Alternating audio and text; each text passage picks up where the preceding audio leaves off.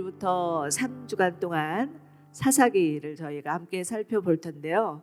사사기는 우리가 너무나 잘 아는 대로 이스라엘의 흑역사라고 할 수 있습니다. 광야에서 40년을 배회하다가 기적과 같은 하나님의 역사로 인해서 요단강을 건너고 여리고를 건너고 또 가나안 땅에 들어왔지만 이스라엘은 하나님이 약속하신 땅 가나안에서 하나님의 언약 백성으로 살지 못하고 계속되는 죄의 악순환 가운데 빠지게 되는 스토리가 사사기입니다. 대부분 성경학자들은 이 사사기를 하나의 사이클로 보고 있는데 그 사이클은 타락, 심판, 간구, 구원의 사이클입니다. 그런데 이 사이클이 한 번으로 끝나는 것이 아니라 계속해서 반복되고 있는 게 사사기입니다. 그러나 처음부터 이스라엘이 이 타락의 길로 접어들었던 것은 아니었습니다. 여호수아의 마지막 장 24장을 보면 이스라엘 백성들이 여호수아 앞에서 정말 자신들의 그런 믿음을 다짐하는 장면이 나오죠. 우리가 지지난주에 여호수아 24장을 살펴보았는데 여호수아는 마치 앞날을 예견하는 것처럼 이들에게 너희는 누구를 섬길 것인지 택하라. 하나님이냐 우상이냐 이렇게 단도직입적으로 물어봤을 때 이들의 입에서 나오는 그 대답은 우리는 결단코 우리 여호와 하나님만 섬기겠습니다. 우리는 그 음성에 순종하겠습니다 라고 그렇게 대답합니다. 그리고 또 바로 여호수아 24장에서 그 다음 바로 사사기 1장으로 넘어오면 이 여호수아가 죽은 후에도 이들의 믿음이 유지되고 있는 것을 볼 수가 있습니다. 여호수아가 죽은 후에 이스라엘 자손들은 하나님께 묻습니다. 하나님, 우리가 누구를 위하여서 먼저 우리를 위해서 누가 먼저 올라가서 가나안 사람들과 싸워야 할까요? 라고 하나님께 묻습니다.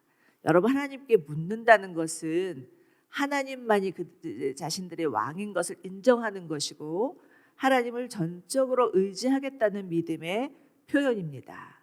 그러자 하나님께서 유다 지파를 지목하시면서 유다 지파가 나가서 싸우면 그 땅을 유다 지파에게 줄 것이라고 분명히 약속을 하시죠.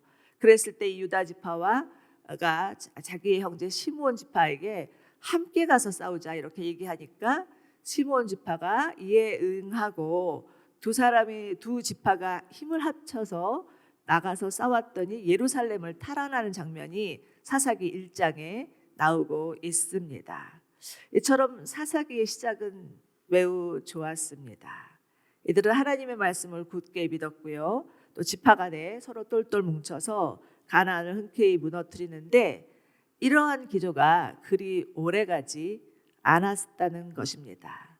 성경은 이들이 여호수아가 살아있는 동안에만 그리고 여호수아와 함께 있던 장로들이 살아있는 동안에만 그렇게 하나님의 말씀에 순종하였노라 이렇게 기록하고 있습니다.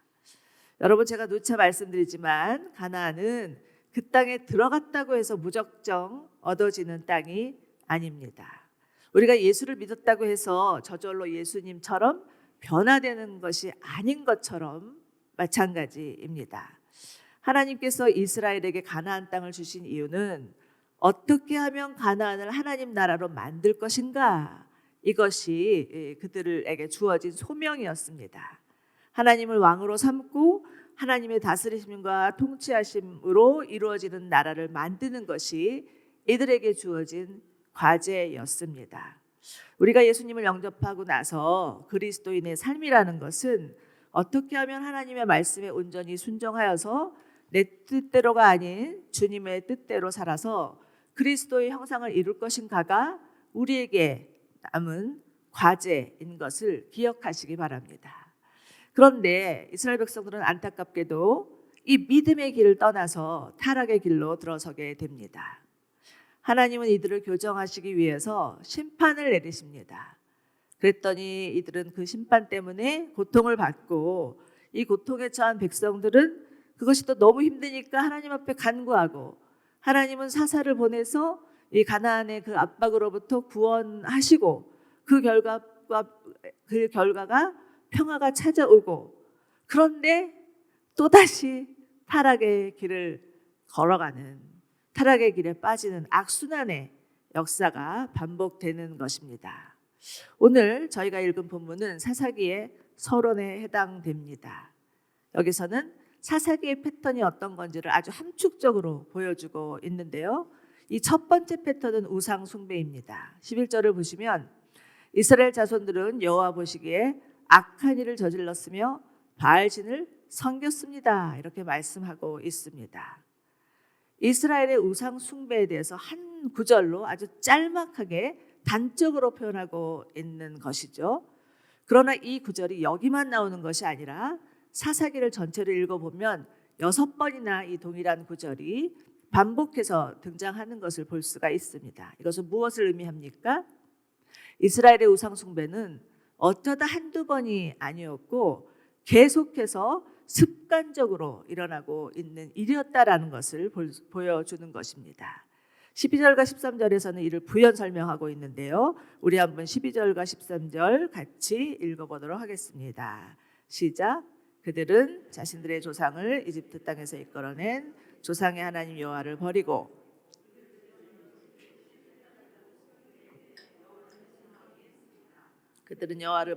바알과 아스타롯을 섬겼습니다.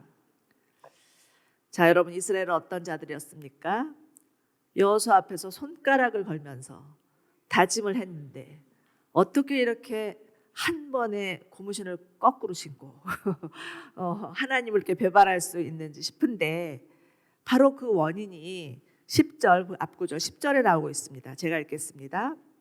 그 세대가 모든 조상 곁으로 돌아갔고 그들을 뒤이어 여호와를 모르고 여호와께서 이스라엘을 위해 행하신 일도 전혀 모르는 다른 세대가 자라났습니다. 이렇게 설명하고 있습니다. 여호수아와 그 당시 장로들이 다 죽고 나자 그 다음 세대들은 하나님을 모르는 자였다. 이렇게 기록하고 있는 것이죠. 하나님께서 이스라엘을 어떻게 가나안까지 인도하셨는지에 대해서 전혀 들은 바도 없고 본 바도 없는 자들이 이 여호수아의 다음 세대였다라는 것입니다. 그렇다면 이들 앞에 그들의 눈앞에 놓여졌던 것은 무엇이겠습니까? 그것은 가나안의 우상 숭배였습니다. 이들의 말초신경을 자극하여서 성적인 쾌락을 일으키기에 충분한 가나안의 음란 제사였습니다. 그러나 그렇다고 해서 어떻게 이렇게 쉽게 하나님을 떠날 수 있을까라는 생각이 우리의 마음 가운데 여전히 의문으로 남습니다. 그런데 사사기 1장에서는 계속해서 이들이 무엇을 잘못했는지에 대해서 보여주고 있는데 그것은 하나님의 말씀에 대한 불순종이었습니다. 하나님은 이스라엘을 가나안에 들여보내면서 누차 여러 차례 반복해서 하신 말씀은 가나안의 모든 족속을 진멸하라. 하나도 남김없이 다 진멸하라. 너희가 치르는 전쟁은 거룩한 전쟁이다. 헤렘 전쟁이다. 이것을 분명하게 이스라엘에게 가르쳐 주셨습니다. 왜요? 가나안의 죄악이 정말 극에 달할 만큼 차올랐기 때문에 이들을 멸하시기 위함이었죠. 그리고 이들을 남겨두었다가는 그 가나안의 더러운 죄가 이스라엘에게 오염될 것이 뻔했기 때문에 하나님은 가나안에 있는 족속들을 모두 멸하라 이렇게 말씀을 하신 것입니다. 여러분, 죄의 속성은 무엇입니까? 요즘 오미크론 바이러스처럼 정말 무차별하게 남녀노소 가르지 않고 언제 어떻게 번질지 모르게 그렇게 번지는 것이 죄의 속성입니다. 어쩌다 우연히 인터넷에서 음란 동영상을 보게 되었어요. 그런데 그 다음에는 자기도 모르게 클릭을 하고 있더라 이런 말을 합니다. 친구가 주는 담배를 뭐가 뭔지도 모르고 피웠는데 알고 보니 마약이었는데 그 다음에는 중독이 되어버렸더라. 이것이 바로 죄의 속성입니다. 하나님께서 이스라엘에게 가나안 족속을 한 사람도 남김없이 없애라고 하신 이유는 거룩하신 하나님의 언약 백성으로서 반드시 거룩을 지켜야 했기 때문입니다. 여러분, 하나님 나라는 거룩하신 하나님이 다스리고 통치하는 나라입니다. 그렇기 때문에 그 거룩하신 하나님의 나라 안에 이런 더러운 죄악들이 존재할 수가 없었다라는 것입니다. 그런데 이스라엘은 하나님의 말씀에 순종하지 아니하고 가나안 족속을 다 쫓아내지 못합니다. 사사기 1장을 보면 베냐민 지파가 가나안 족속을 다 쫓아내지 못했더라. 그래서 그 가나안 족속이 그들과 함께 살았더라. 또 이사갈 지파가 가나안 족속을 다 쫓아내지 못했더라.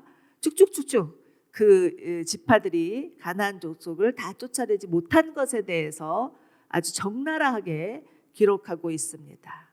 그것을 자세히 읽어보면 이유가 두 가지가 나옵니다. 하나는 그 가나안 족속이 철병거가 있었기 때문에 이스라엘이 너무 두려워서 그들을 다 쫓아내지 못했더라라는 말씀이 있고요. 또 하나는 그 가나안 족속을 정복했는데 그들을 다 진멸하지 못한 것은 그들을 노예로 삼아서 종으로 부리니까 편한 거예요. 그러니까 그냥 남겨두었던 것이죠. 이 이스라엘 안에 있는 두려움, 그리고 이들 안에 있는 이기심, 이 두 가지가 결국은 하나님의 말씀에 순종치 못한 결과를 낳게 됩니다. 여러분, 우리 안에 있는 죄된 본성, 이것은요 그냥 정말 하나님 앞에서 다스려지고 훈련되어져야지만 꺾어지는 거지 그냥 저절로 되는 것이 아닙니다. 하나님을 믿는다는 것은 우리 안에 있는 죄된 본성을 거스리는 일이기 때문에 훈련이 필요하고 우리의 의지도 필요하고 믿음도 필요하지만 또 정말 우상 숭배는 우리의 죄악된 본성과 궁합이 너무 잘 맞는 거예요. 그래서 특별히 무슨 작정하지 않아도 자동적으로 되는 게 우상 숭배입니다. 그렇기 때문에 이스라엘은 온 힘을 다해서 사실은 가나안을 진멸해야 했고요. 또 이들은 온 마음을 다해서 하나님이 행하시는 것들을 또 자기 자녀들에게 가르쳐야 했습니다. 여러분, 신명기 6장 잘 아시죠? 우리가 너무나 외우고 또 그렇게 또 특히 주일학교에서는 너무나 이 말씀을 모토로 삼고 있는 말씀인데, 신명기 6장에서는 분명히 이야기합니다. 이스라엘아, 들으라. 오늘 내가 너희에게 주신 명령들을 내 마음에 새기고 내 자녀들에게 잘 가르치되 너희가 집에 있을 때나 앉을 때나 길을 걸을 때나 누울 때나 일어날 때나 그들에게 말해주어라. 이렇게 분명하게 하나님께서 말씀하십니다. 그리고 그것을 내 손목에 메고 이마에 메어서 정말 너희 집 문설주에 달아매고 말씀을 암송하라. 이렇게까지 말씀하십니다. 왜 그렇게까지 하나님이 이스라엘에게 말씀하셨던 걸까요? 하나님이 이들에게 주신 은혜를 기억하게 하기 위함입니다. 그런데 이들은 하나님이 주신 은혜를 망각하고 맙니다. 하나님의 인도하심으로 홍해를 건너고 광야를 지나면서 가나안에 들어와서 처음 얼마 동안은 하나님의 은혜에 깊이 감사하면서 기쁨으로 주님을 섬겼는데 세월이 흐르니까 서서히 하나님의 은혜를 잊어버리고 감동이 사라지는 겁니다. 더 이상 새로울 게 없는 겁니다. 그러다 보니까 하나님과의 생생한 교제를 놓치니까 그저 먹고 사느라고 바빠서 자기 자녀들에게 말해줄 게 없는 거예요. 가르칠 만한 마음의 여유도 없고 열정도 사라져 버린 것입니다.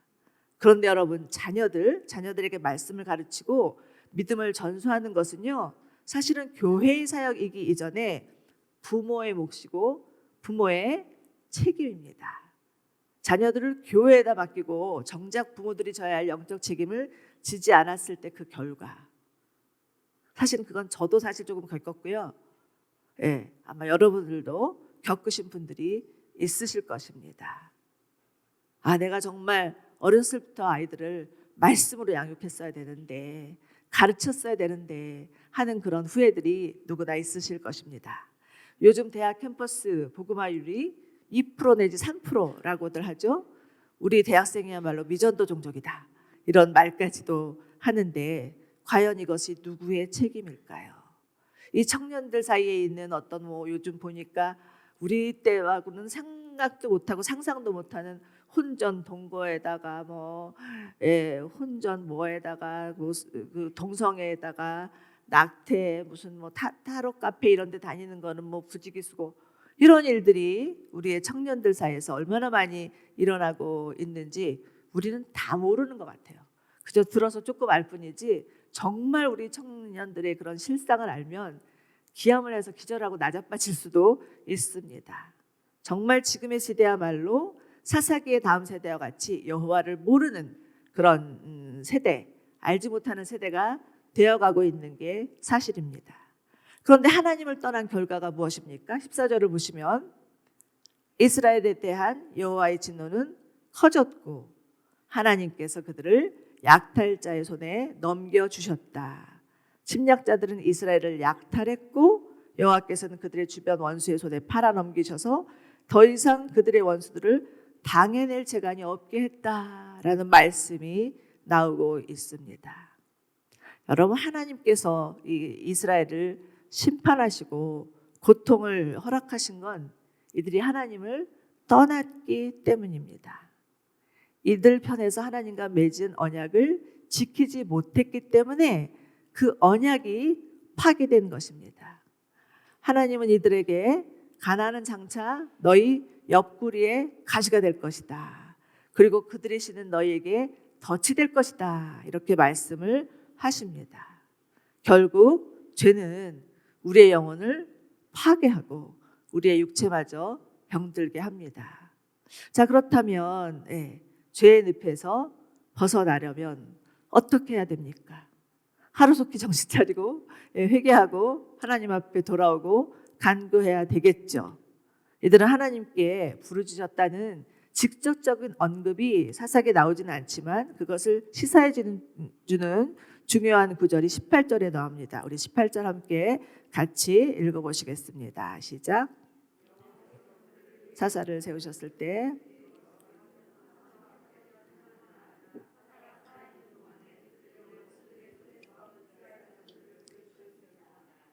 이는 그들을 억압하고 핍박하는 사람들 밑에서 신음하는 이스라엘 자손을 여호와께서 불쌍히 여기셨기 때문입니다.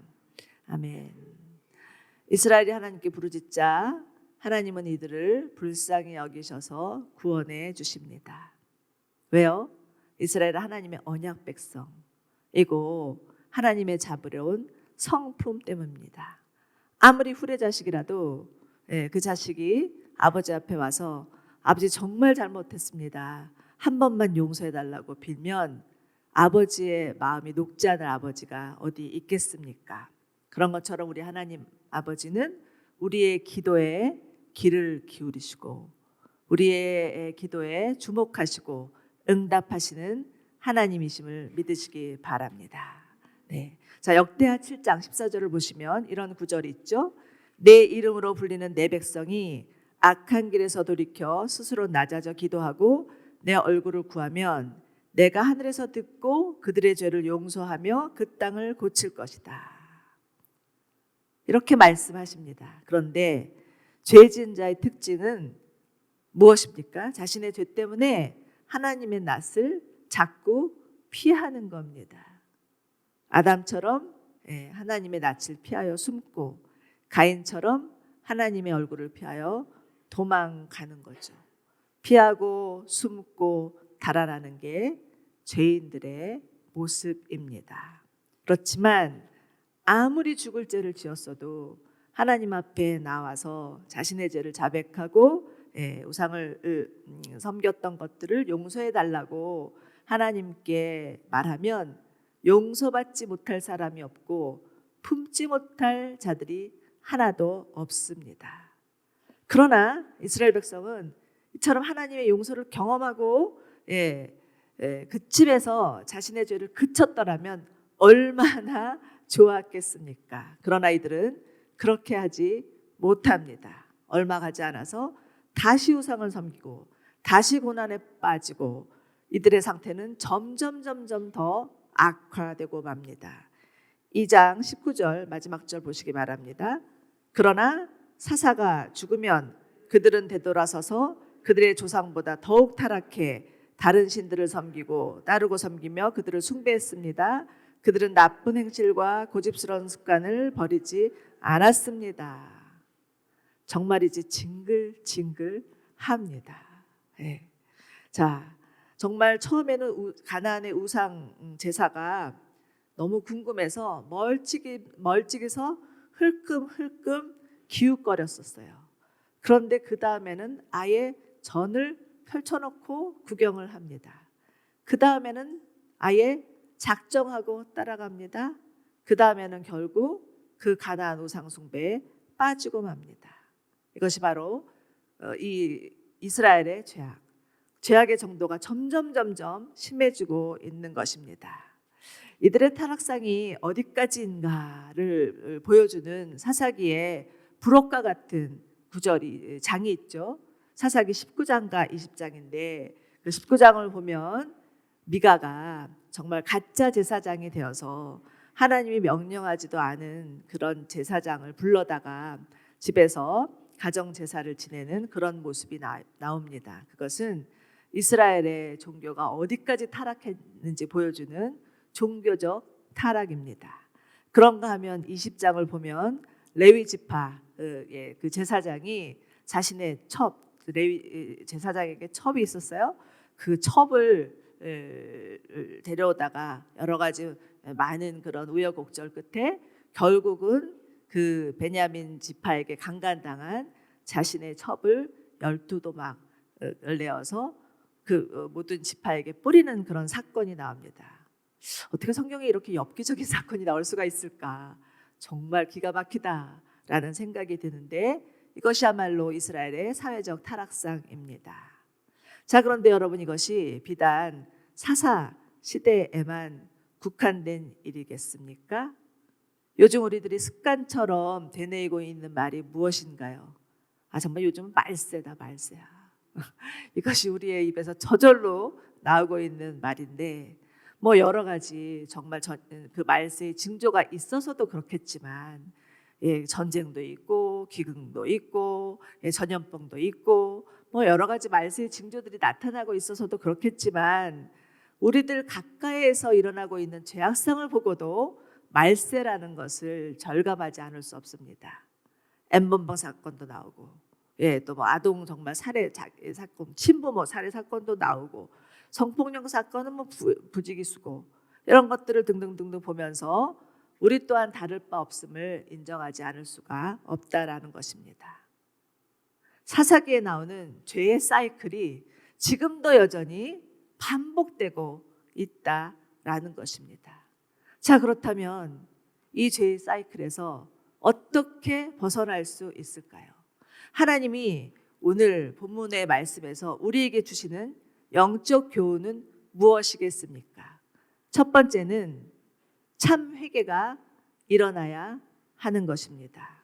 자, 이스라엘 백성들을 보십시오. 이들은 실컷 죄를 저지르고 나서 하나님이 심판하시니까 너무 고통스러우니까 하나님 잘못했습니다. 다시는 죄 짓지 않을게요. 딱 한 번만 용서해 주십시오라고 울며 불며 기도하고 간구하지만 돌아서면 그뿐이었다라는 것입니다. 수도 없이 회개하지만 삶은 하나도 달라지지 않은 것. 이것이 바로 이스라엘의 잘못이었습니다. 여러분, 사람 연약하니까 실수할 수도 있고 죄 지을 수도 있습니다. 그런데 만약에 하나님께 벌 받을까 봐 두려워서 회개한다면 그것은 잠시일 뿐 진정한 변화는 일어나지 않는다는 것입니다. 자, 그러다 보면 내가 정말 나는 아무리 회개해도 안 되나 보다 그렇게 생각할 수도 있겠죠. 오히려 회개하고 나서 다시 죄 짓는 자신의 모습을 보면서 자신에 대해서 스스로 좌절하고 절망하면서 아주 그 무기력한 그리스도인의 나락에 빠질 수 있다라는 것입니다. 여러분, 이런 경험들 해보셨습니까? 저는 해봤습니다. 특히 아이들 키우면서 똑같은 죄를 왜 그렇게 저지르는지, 이를 어쩌면 좋은가, 아무리 하나님께 정말 안 그러겠습니다 얘기해도 안 되는 제목들을 보면서 정말 절망한 적이 있었습니다. 그러나 이것은 참 회개가 아닙니다. 여러분, 참 회개는 무엇일까요? 참 회개는 정말 내가 하나님 앞에서 철저한 죄입니다. 이것을 인정하고 나의 죄 때문에 대신 십자가 지신 예수 그리스도의 은혜와 사랑을 경험하고 정말 그 은혜와 사랑이 너무 커서 이제는 더 이상 내가 죄를 짓는 것이 지긋지긋하고 싫어져서 다시는 죄를 짓고 싶지 않는 마음의 변화가 일어나는 것이 참 회개입니다. 세간장이었던 삭개오를 보십시오. 그는 예수님이 자신의 이름을 부르니까 자신이 그동안 저질렀던 자신의 민족을 향해서 그렇게 압박하고 강제 그런 탈취했던 그것들에 대한 죄가 생각나서 견딜 수가 없어서 나는 이제 더 이상 예수님 이 죄를 짓지 않겠습니다. 내가 앞으로 똑같은 죄를 짓는다면 거기에 몇 배 되는 그런 보상금을 지불하겠습니다 라고까지 얘기하죠. 이것이 바로 삭개오의 회심이었습니다. 그런가 하면 베드로를 한번 보십시오. 그렇게 사랑하던 예수님, 그 예수님을 배반하고 심지어 저주하고 욕하고 도망갔는데 그 예수님이 자신에게 찾아오셔서 사랑하는 베드로야, 네가 정말 나를 사랑하느냐? 이렇게 대화하면서 정말 주님의 그 참사랑을 깨닫고 엎드려서 주님, 제가 다시는 정말 이런 죄를 저지르지 않겠습니다 라고 결단하고 일어서서 정말 주님께서 주신 사명들을 끝까지 감당하면서 십자가에 거꾸로 못 박혀 죽었던 그 베드로의 회심이 바로 이런 회심이었습니다. 왜요? 이들 안에 참 회개가 일어났기 때문입니다. 고린도후서 7장을 보면 하나님의 뜻대로 하는 근심과 세상 근심이 나옵니다. 하나님의 뜻대로 하는 근심이란 구원에 이르는 회개를 가져오지만 세상 근심은 죽음을 가져다 준다고 말씀하고 있습니다. 여러분, 죄의 사이클, 계속해서 반복되는 우리의 습관적인 죄, 이 고질적인 죄를 어떻게 벗어날 수 있겠습니까? 예수 그리스도의 십자가의 은혜와 사랑을 경험해야 됩니다.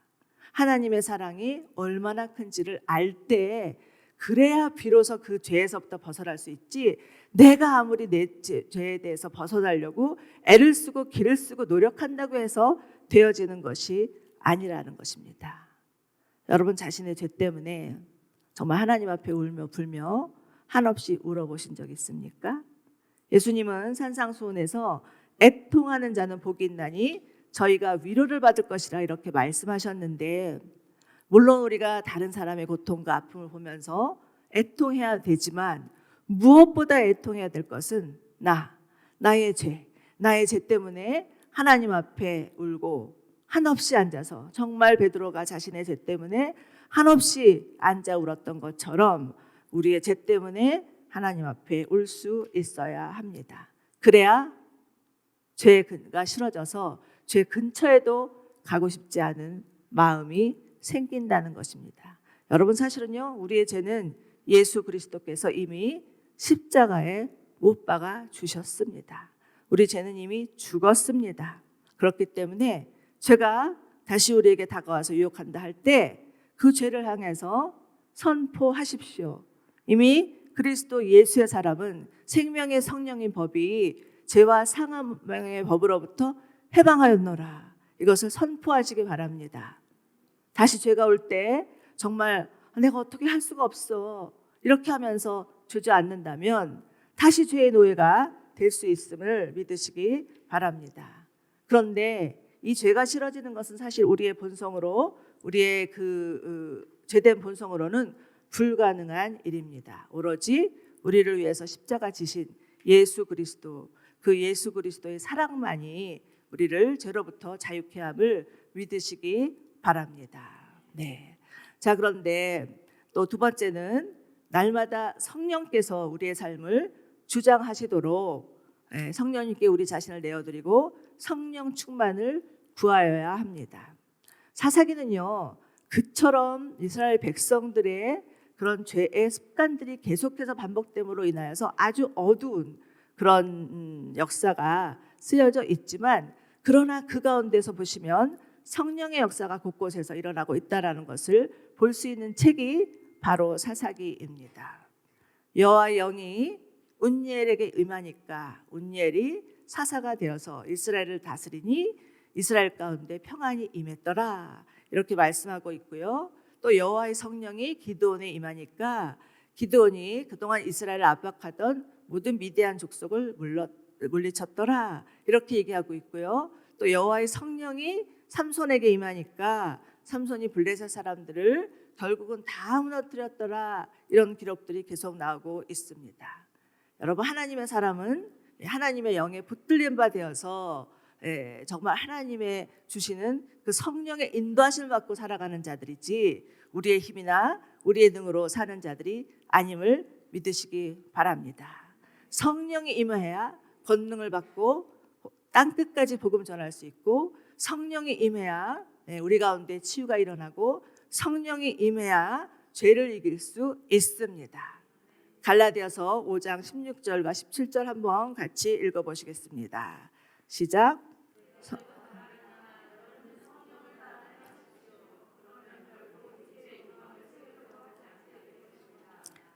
육체의 욕망은 성령을 거스리고 성령의 욕심은 육체를 거스립니다.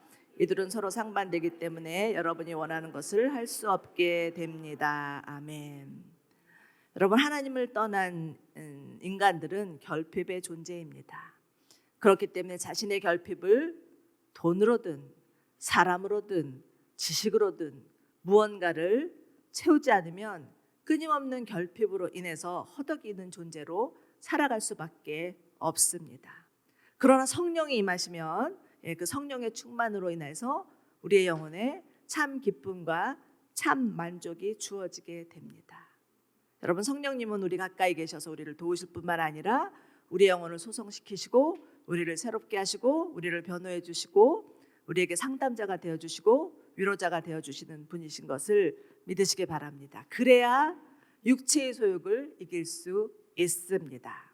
그렇기 때문에 만약 정말 지금 자신의 상태를 스스로 점검하면서 내 영혼이 좀 허기진 것 같아, 내 육체가 시들시들한 것 같아, 내 지금 감정이 우울한 것 같아, 이렇게 생각이 들면 그것을 해결하기 위해서 이리저리 돌아다니지 마시고 하나님 앞에 딱 작정하고 앉아서 무엇을 구하신다고요?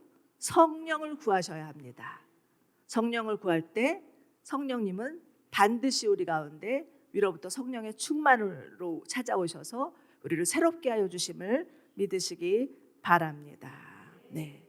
하나님의 영이 사사가 있을 때 사사에게 임하니까 이스라엘 백성들은 평안을 누릴 수가 있었습니다. 그런데 사사가 존재하지 않으니까 다시 가나안 우상을 찾고 또 이들의 허기진 영혼을 채우려고 애쓰죠. 결국은 뭡니까? 사사기에서 암시하는 것은 사사가 절대 그들의 그 줄인 영원히 만족시킬 수 없다라는 것을 보여줍니다.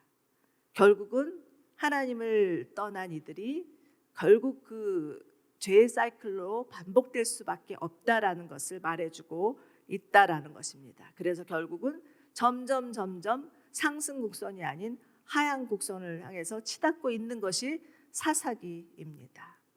그래서 사사기 마지막 장의 결론은 무엇이라고 기록하고 있습니까? 그 마지막 구절은 그 당시에는 왕이 없으므로 모두가 자기 소견에 옳은 대로 행하였더라.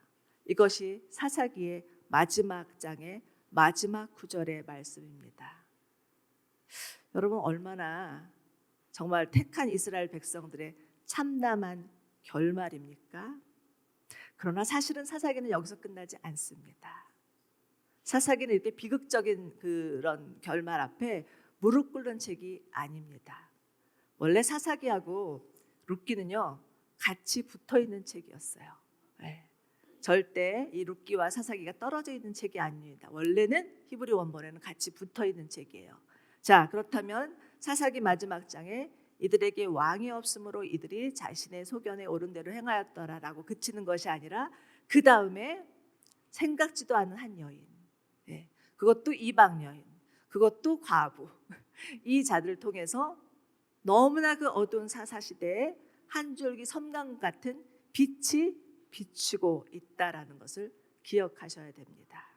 절대 사사기는 어떤 사사들의 어떤 영웅담이나 또 그 사사들의 그런 위대한 스토리가 적혀 있는 책이 아닙니다. 결국은 이 사사기를 통해서 보여주는 것은 무엇입니까? 롯이라는 한 여인, 이름 없는 그 여인을 통해서 결국 다윗이라는 위대한 그 선조가 나오고, 그를 통해서 예수 그리스도가 오실 것이라는 것을 암시하고 있는 책이 바로 사사기입니다. 그렇기 때문에 사사기의 주인공도 역시 사사가 아닌 예수 그리스도이심을 보여주고 있습니다. 예.